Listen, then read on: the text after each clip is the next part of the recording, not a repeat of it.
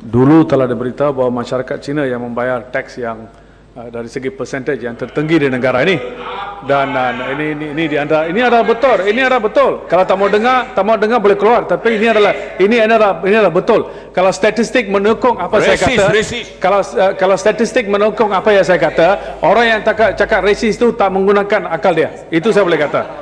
Dan betul, saya setuju dengan Bukit Bintang bahawa kenapa kita perlu harness mendapat 200 juta ringgit dari satu masyarakat, walhal itu adalah kewajipan kerajaan, kewajipan satu kerajaan yang madani, yang betul-betul untuk rakyat. Itulah sebab mereka tidak faham untuk satu Malaysia, tetapi sebenarnya there is no one Malaysia. Ini tipu Malaysia. Ini dasar kerajaan Barisan Nasional adalah tidak benar. Datuk yang betul. Saya angkat kepada bahasa ibunda, di mana saya ada masalah di mana kita ada kekurangan guru. Sudah ada masalah di sekolah-sekolah Tamil dan Cina, kekurangan guru. Macam mana mereka boleh serius, kerajaan boleh serius supaya mulai memberi semua sekolah-sekolah kebangsaan boleh menawar pengajaran Mandarin dan Tamil. Ini semua satu tipu hela lah, yang tidak benar. Untuk sangat manis untuk Perdana Menteri mengatakan bahawa di sekolah-sekolah Tamil, di sekolah-sekolah kebangsaan Mandarin dan Cina mungkin akan diwajibkan. All this is talk, all this is nothing. Jadi ini perlu diambil. Saya harap kerajaan akan serius. Saya nak juga tahu, adakah kerajaan rela untuk memandangkan Mandarin menjadi satu bahasa yang akan digunakan di seluruh dunia dengan luar biasa, dan dari segi ekonomi dan bisnes. Adakah kerajaan akan memberi keluasan supaya Mandarin di sekolah-sekolah akan diajar di sekolah-sekolah, bukan saja di sekolah-sekolah kebangsaan, juga di sekolah-sekolah Tamil, supaya murid-murid kita dapat tahu bukan sahaja mempelajari bahasa ibunda, tetapi Mandarin menjadi satu bahasa yang sangat mustahak. We cannot run away from reality bahawa itu adalah bahasa yang akan diberi keutamaan. Kalau kita tengok dari segi bisnes sekarang, Datuk yang betul, bahawa the practical side of it, bahawa bahasa Mandarin adalah sine qua non yang terlampau mustahak. Yang Datuk yang betul, saya alih ke perkara yang akhir adalah mengenai hal-hal pekerja. Nombor satu, saya nak tanya, apakah pendirian kerajaan mengenai Equal Opportunity Commission pada bulan Oktober selepas, bukan pada bulan Januari, bulan Mac, kerajaan telah mengisytiharkan bahawa satu Equal Opportunity Commission akan didirikan. Tetapi mari kita alih sedikit belakang dari itu.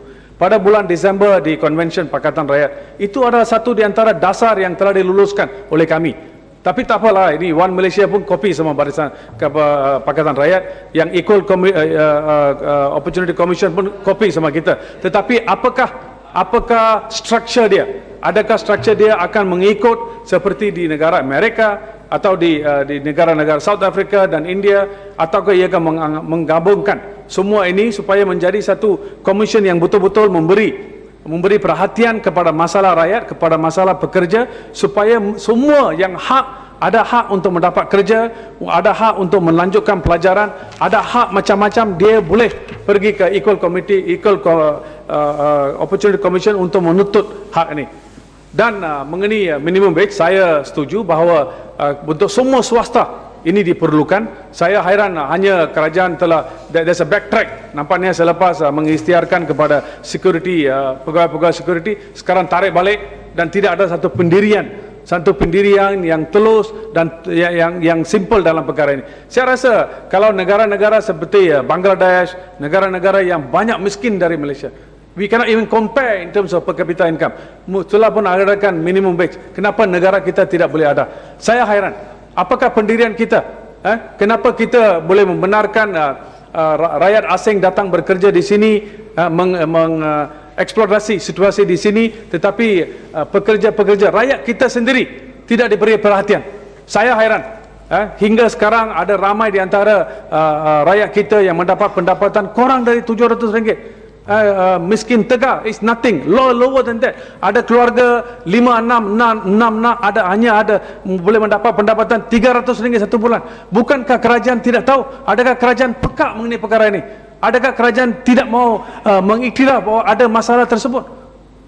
The reality is, ini adalah satu perkara yang serius, di mana kerajaan perlu memberi perhatian supaya semua rakyat, kalau kita ada gaji minima, ia akan mensyorkan supaya tidak ada seorang pekerja di negara ini dapat dieksploitkan oleh oleh majikan-majikan, supaya pekerja-pekerja di negara ini dapat ada sekurang-kurangnya income mereka. Ya, Dan juga dalam ini pengurusi Mahkamah Perusahaan, saya difahamkan ada kekosongan lebih dari 7. Adakah ia akan diisikan?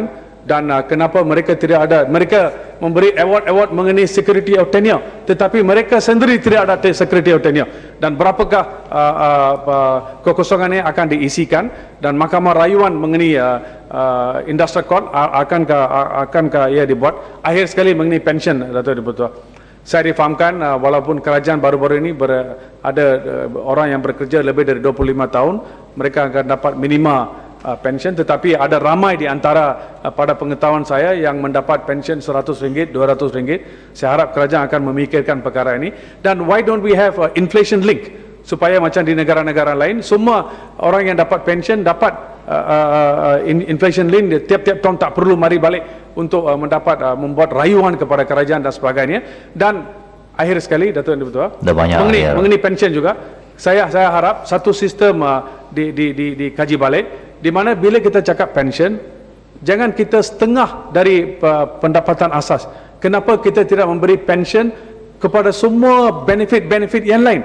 Tetapi saya rasa di antara orang yang mendapat benefit-benefit lain, macam housing loan, housing expenses, entertainment expenses dan sebagainya, ini pun perlu dilanjutkan dalam pension. Ini juga perlu diambil kira. Jangan kita bila memberi pension dia dapat 12,000, 6,000 basic dia dapat RM3,000 sebagai pension. Ini adalah tidak baik langsung, tidak. Ini akan menyusahkan pekerja-pekerja sedemikian. Saya harap kerajaan ambil tindakan. Terima kasih. Nandri, wanakkam.